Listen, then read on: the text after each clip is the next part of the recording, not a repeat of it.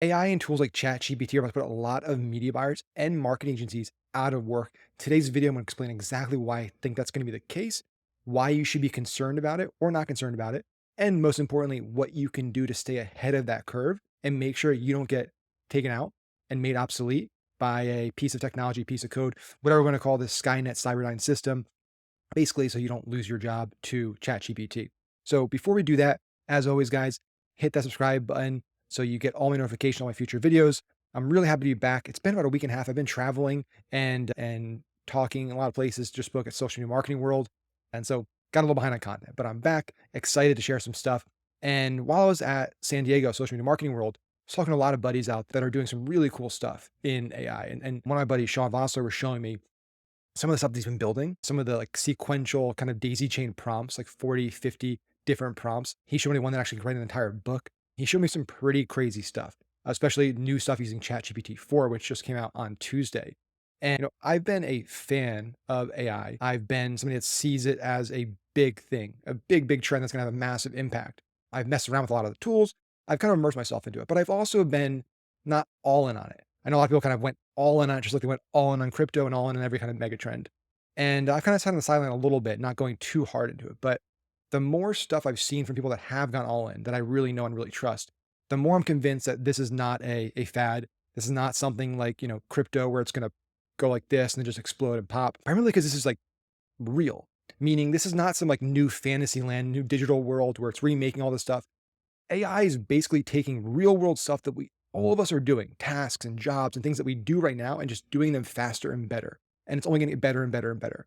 Um, and so for today's video, I want to share something that I think should be concerning to a lot of people, especially people that follow my channel and follow me because you're in the marketing world. I really, really believe, especially with what I'm seeing with ChatGPT and what I'm seeing on some of the platforms, and I'll talk about in a second, that AI and advances in AI are going to make most media buyers completely obsolete in the next few years. Not 10 years from now, not 20 years from now, next few years, maybe the next year or two. And so in today's video, what we're going to talk about is like, what can you do to stay ahead? What can you do to keep doing what you're doing and not lose your job? Now, before we dive into that, I think it's important to discuss who I think is going to hit first and why it's going to hit them first. So there's two groups of media buyers. Okay. Now, on the surface, both those groups kind of do the same thing. If you're just looking at it from the outside, both these media buyers do the same thing. They run Facebook ads, they run TikTok ads, native ads, Google ads, YouTube ads, whatever it is. They buy media. But when you dive a little deeper into group A and group B, you see that group A basically doesn't create anything. Group A essentially relies on the brand for creative, for copy, for angles. They really rely on all these other parties to give them the content for the ad. And essentially, all this group does is take all of that content and they go into Facebook or TikTok or whatever, and they create the campaigns. They push some buttons. They create this ABO campaign here. They create lowest cost here, value. They do a cost cap. Right? They're duping 2 or 3 times. They're testing this audience, but they're really just pushing buttons. But they're using all those stuff created by the brand. Now, Group B over here is doing what Group A is doing. They're creating campaigns and doing the technical stuff, but they're also creating creative. They're also writing copy. They're also coming up with really unique angles, thinking outside the box. They're doing and supplementing all those other things to help create the content. Now, this group over here that's doing that, Group B, they are going to be around for a lot longer. I think it's going to take a longer time for AI to replace all of those things. Eventually it will, but this group I still think will be fine because they are creative people. They are idea people. And that's something that's always going to be important. It's always going to be important to have big ideas, creative ideas, outside the box thinking, big strategy, strategic ideas, innovative ideas, outside the box thinking, like I talked about.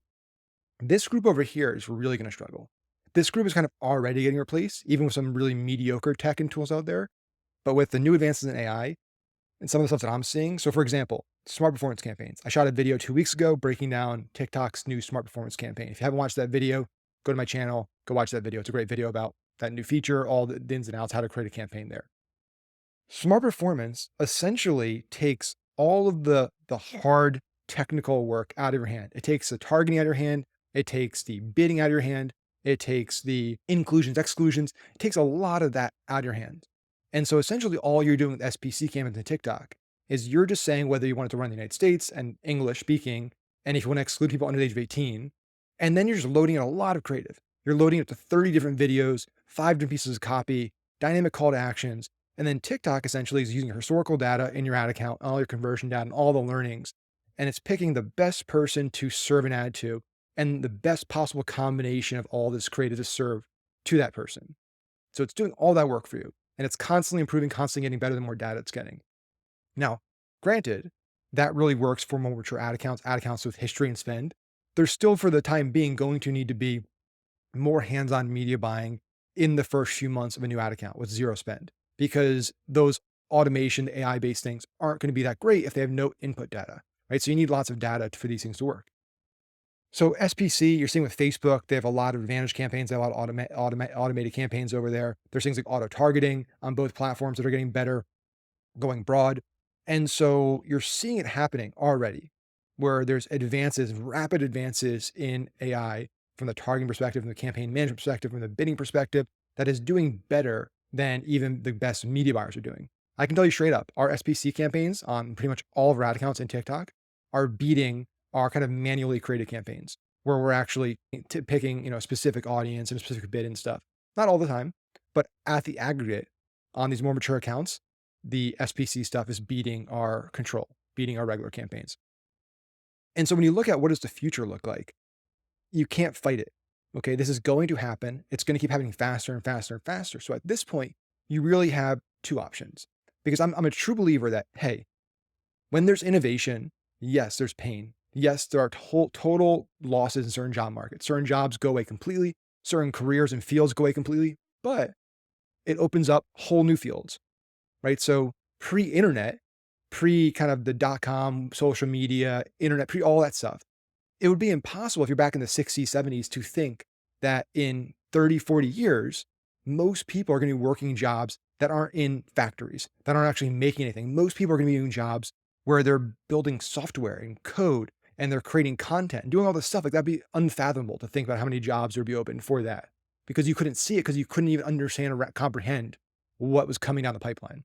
And so I think we're going to see the same thing. I think there probably will be more severe job losses across a lot more categories and maybe less net jobs created, but there's still going to be a lot of jobs created that we can't even fathom right now because of what AI is going to free us up to do.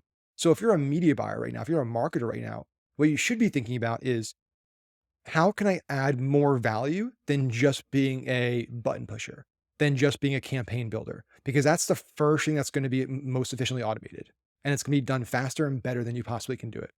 So the most immediate thing you can start doing is start getting really good at creative, start getting really good at copywriting, start getting really good at coming up with angles, outside the box ideas, offer optimization, landing page optimization, CRO, AOV, CLT maximization.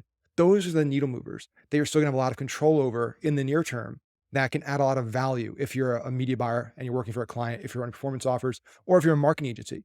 Those are levers that are still going to be very, very powerful for clients and are going to be hard for clients to completely automate in the near future. Now, speaking a few years out, one of the things you're going to want to consider starting to do is actually figure out how to master these tools, because there's going to be a lot of businesses out there who don't know how to use them. They know they want to use ChatGPT. They know they want to use Midjourney. They know you want to use all these different tools. They know they're important, but they have no idea how to integrate them into business. They have no idea how to set up prompts and all this stuff.